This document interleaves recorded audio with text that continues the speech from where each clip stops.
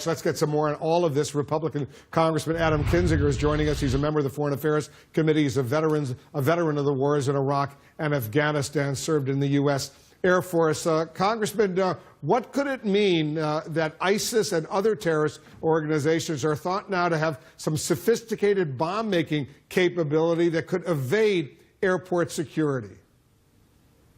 Well, it doesn't surprise me in the least because, I mean, if you think about it, so ISIS's main focus right now is developing this caliphate. Well, that's what it was. Now they're losing this caliphate, so they have to try to find a way to get street credibility, and to recruit.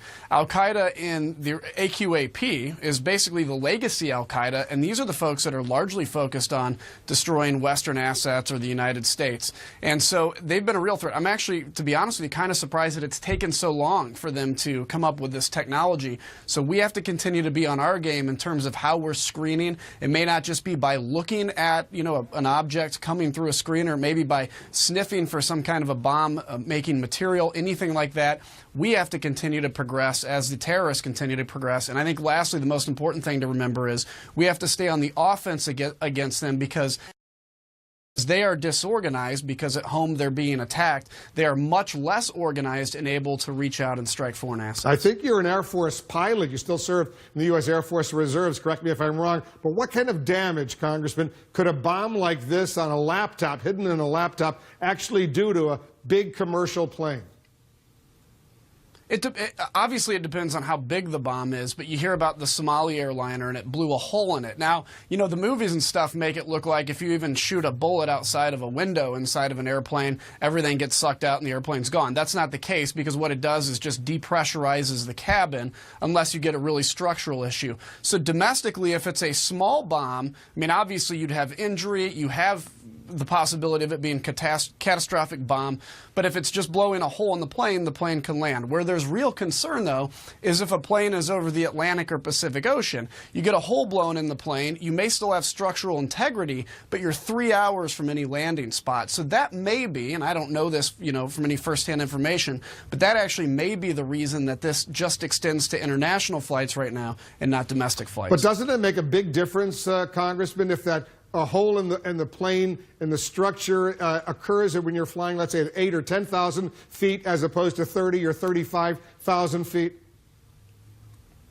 Yeah, it does, and it mainly has to do with pressurization. So in terms of the actual airflow over the aircraft or something like that, there won't be any difference.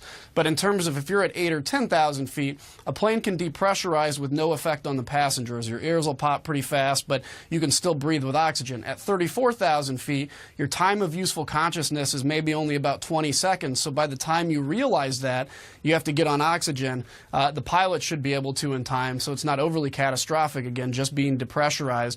But it is much less time to be able to react and put on your oxygen mask. You're on the House Foreign Affairs.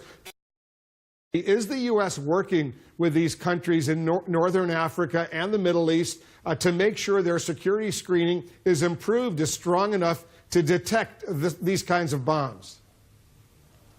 Yeah, we are, but you know, there's only so much you can do with a different country if, in fact, they want to work with you. So there are some countries, obviously, that we're not friendly with that are probably much less interested in working with us on screening. So those flights are banned, for instance. They can't come into the United States. But a lot of it for them is an issue of money. You know, this screening technology costs a lot of money, and it's also something to keep in mind when we talk about the idea of, you know, cutting the State Department by 30 or 40%. This kind of stuff and working in Homeland Security reaches out to protect Americans even. It's not just, you know, being nice all across the world. It has to do with our safety here at home. Right now, we're talking about 10 airports in North Africa and the Middle East. But is the ban wide enough? If it's so publicized, are you concerned that terrorists could evade the security screening at an airport in Europe or Asia heading to the United States? Yeah, I mean, I think it's an actual concern, and I wouldn't be surprised if now, you know, we start with this small ban, if in fact this spreads now to basically all international flights or even domestic flights. What we need to be concerned with, obviously, passenger safety should be the absolute first thing we're focused on. But secondly, look, if terrorists just get us to basically make air travel even way more uncomfortable and people quit flying because of all these concerns, that will be a victory in and of itself. So I think when it comes to terrorists, we have to react wisely, but also not overreact. And so I think the government will figure out where that proper balance is, I hope. What else should be done to assure travelers that this is all under control? So, look, it's a number of things. It's again saying, look, the reality of actually being killed or injured in a terrorist attack is extremely low, no matter, frankly, whether you're in Europe or the United States. So it's understanding, the reality that it's really not common, but it's a concern. I think the other thing, as I mentioned, is we have to stay on the offense against the war on terror today to keep these networks disturbed, to keep them reactive instead of proactive. And the other thing is we have to understand that we have to fight what I call the next generational war on terror, which is the 7 or 8-year-olds now that are prime recruiting ground for ISIS that lack opportunity. So giving them opportunities, giving them hope, giving them a place to live, it is much less likely to recruit somebody into terrorism when they are successful, when they have freedom, and when they have opportunity. So that next generational fight, which isn't a fight at all, it's giving opportunity to somebody, is essential to winning this war in the long run. Congressman Adam Kinzinger, thanks for joining us.